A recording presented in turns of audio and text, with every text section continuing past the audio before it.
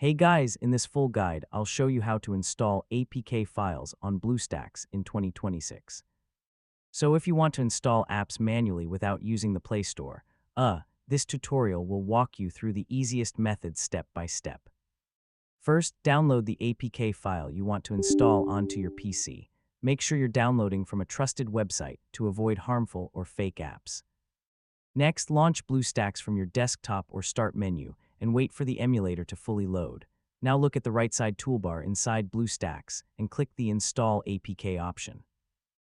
This is the fastest way to install APK files manually. Another quick method is drag and drop. You can simply drag the APK file from your desktop directly into the BlueStacks window, and the installation will start automatically. If the APK doesn't install, make sure the file isn't corrupted and that the app is compatible with your Android version inside BlueStacks.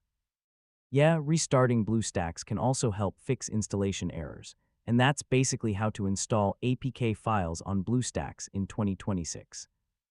Now you can manually install Android apps and games directly onto your PC without using the Play Store. Thanks for watching, and I'll see you in the next tutorial.